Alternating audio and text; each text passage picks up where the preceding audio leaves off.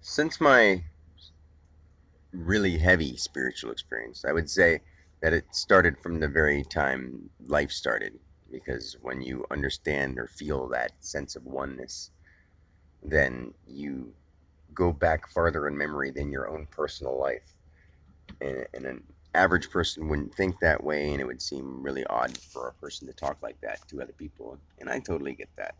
So once you have that deep spiritual connection and experience, it's one of those things where when you try to portray it to other people or not really explain it or help other people understand where they're at, what they're doing, it turns into a search for what subject to talk about.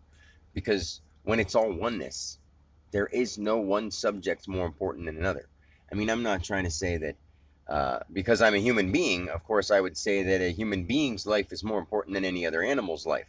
But if I was that animal, I would think that my life was more important than any other animal's life. But that's from that individual point of view, from that being or that animal or that creature, whatever it is. But I realize because of that, just knowing that one simple thing, if you were a caterpillar, you would not think the caterpillar should be stepped on. Or if you were a fly, you wouldn't think that someone should swat you. But since you're a human being, you think you should swat a fly, or if a caterpillar gets stepped on, it's a oops, you know. But then when you are conscious, you realize that everything that is alive is blessed to be here in its form. And you, as the master of a walking, talking human being body, are very, very lucky. And if you don't have something that someone else has in a material form, and you have to, and you have like, you know, spiked mohawk and 50 piercings up and down both sides of your ears, and you're mad at the world and you feel that you've been held down. It's unfortunate if your past life had brought you to where you are when you couldn't help it as a child. But then as you were able to make up your own mind, you had a lot of resentment. And it's hard to let go of that resentment and move forward from the now moment. So most people are still just made up of all the resentments and all those memories that they have and all the stuff that they've had shoved down their throat or placed into their mind from other people. The stuff you're supposed to eat, the stuff you're supposed to listen to, and the things you're supposed to do and how you're supposed to act. Those things have been so ingrained into you that it's hard for most people to take a step of their own without being led or misled. So once these experiences have happened to me, I've been looking for a long time. Like, I don't want to look into some other people's religions and spiritual practices because I realized that, if you went to a guru, anything that that guru is going to teach you is going to be something that you yourself are learning. No matter who the guru is, you're you taking their message the way you're going to take it. So, like anyone, following like Buddha or Jesus or any of those great beings, they are really how they receive it is how they're going to take it. So it doesn't matter what the words were that Jesus said. I mean, yes, they are great words, so they do matter in that way. But for the person listening, if you listen to the greatest words from anybody and you're like, oh, I don't care.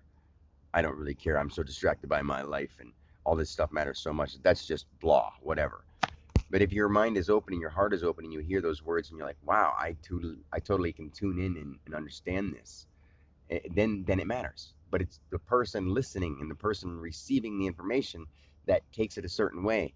Because without you being there, that information isn't even meaningful at all. I don't want to go wrapping around in some weird, confusing way, but we are so magically blessed. It's so hard to get into. So you start thinking like, where do you start? So what I decided to do is to do what I do on a normal basis, which I call it channeling. Sometimes it's more like being a window without having anyone else there. Like I would say sometimes people may have there's a difference between like having someone talk through you or having someone become you, talk through them and or them become you, explain their message and then leave because it's all within you anyway. But there are levels of intelligence and levels of consciousness and levels of spirit that we've made, and because we've thought them into existence, they are there in those realms, in those spiritual places that are really hard to get into enough words to totally make sense of them for other people who don't have their mind open to those kind of things. So I decided to just get to that place and start talking and not even worry about what the subject is or trying to find this specific thing to talk about, almost like a lecture without an audience. So, I mean, it's going to be different and odd, but I have to do something because I have too much information going on in my head without somebody asking me for me to pinpoint that information because I can't just say everything without being triggered to what to say. Like, there's so much to say, but nothing needs to be said at all. So now I just want to talk and come from that loving place inside and allow that to be the message so that other people can relate. Talk about the world, talk about people, talk about things, talk about my experience, talk about everything there is under the sun because that's us. And we are all one. So there's no one thing that's more important than the other or one idea that's more important than the other, the physical or non-physical. So that's what I'm going to start doing after this. This is the intro to that. So here we go.